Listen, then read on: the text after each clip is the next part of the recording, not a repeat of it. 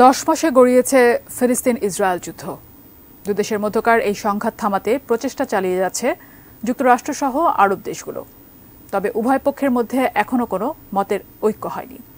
এমন পরিস্থিতিতে ইসরায়েলের অর্থনীতি নিয়ে চাঞ্চল্যকর তথ্য জানিয়েছে দেশটির সংবাদ মাধ্যম মারিফ। বিস্তারিত শেখ ফরিদের রিপোর্টে। ইসরায়েলের বেনিয়ামিন নেতানিয়াহু সরকারকে একটি পতনশীল সরকার হিসেবে উল্লেখ করেছে দেশটির সংবাদ মাধ্যম মারিফ। গণমাধ্যমটি জানায়, গাজায় আগ্রাসন চালাতে গিয়ে ইসরায়েলের অর্থনীতিতে ধ্বংসাত্মক প্রভাব পড়েছে। একই সঙ্গে প্রায় 40,000 ইসরায়েলি কোম্পানি বন্ধ হয়ে গেছে। মিডল ইস্ট মনিটর সহ আন্তর্জাতিক গণমাধ্যমগুলো বলছে, গাজা যুদ্ধের শুরু থেকে এ পর্যন্ত ইসরায়েলের প্রায় 77% ব্যবসা প্রতিষ্ঠান বন্ধ হয়ে গেছে। বন্ধ হওয়া প্রতিষ্ঠানগুলোর মধ্যে অবশ্য 35,000 ছিল ছোট আকারে। এমন তথ্য জানিয়েছেন ইসরায়েলের ঝুঁকি ব্যবস্থাপনা কোম্পানি কোপেস বিডিআই-এর নির্বাহী পরিচালক ইউএল আমির। এমনকি চলতি বছরের শেষ নাগাদ মোট 60,000 ইসরায়েলি কোম্পানি বন্ধ হয়ে যাবে বলে আশঙ্কা প্রকাশ করেছেন ইউএল আমির।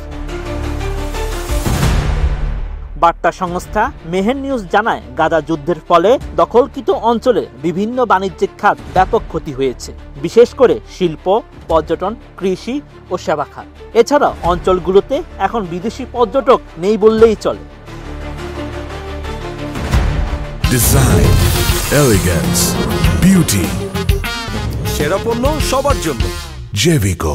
বর্তমানে ইসরায়েলি কোম্পানিগুলো খুব কঠিন চ্যালেঞ্জের মুখোমুখি। আর এই চ্যালেঞ্জগুলোর মধ্যে রয়েছে শ্রমের ঘাটতি, বিক্রয় হ্রাস, সুদের উচ্চ হার, পরিবহন ও কারিগরি সমস্যা, কাঁচামালের ঘাটতি এবং যুদ্ধ কবলিত অঞ্চলে কৃষি জমিতে প্রবেশাধিকারের ঝুঁকি এবং সেই সঙ্গে ক্রমবর্ধমান অধিগ্রহণ খরচ।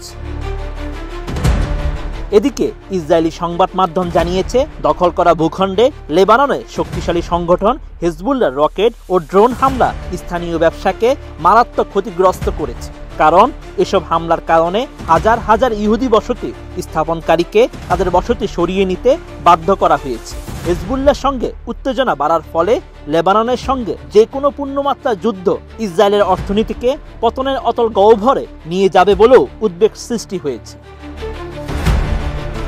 অন্যদিকে ইসরায়েলের অর্থনীতি ধ্বংসে বেশ গুরুত্বপূর্ণ ভূমিকা রেখেছে ইয়েমেনের হুতি আন্দোলন। ইরান সমর্থিত এই গোষ্ঠীটির হামলার ফলে দেশটির প্রধান বন্দর ইরাতের রাজস্ব উল্লেখযোগ্যভাবে কমে গেছে।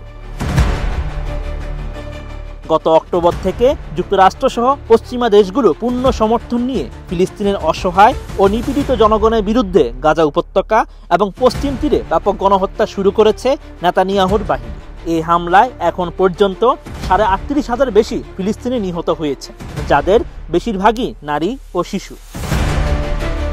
Sheikh Farid, ATN news.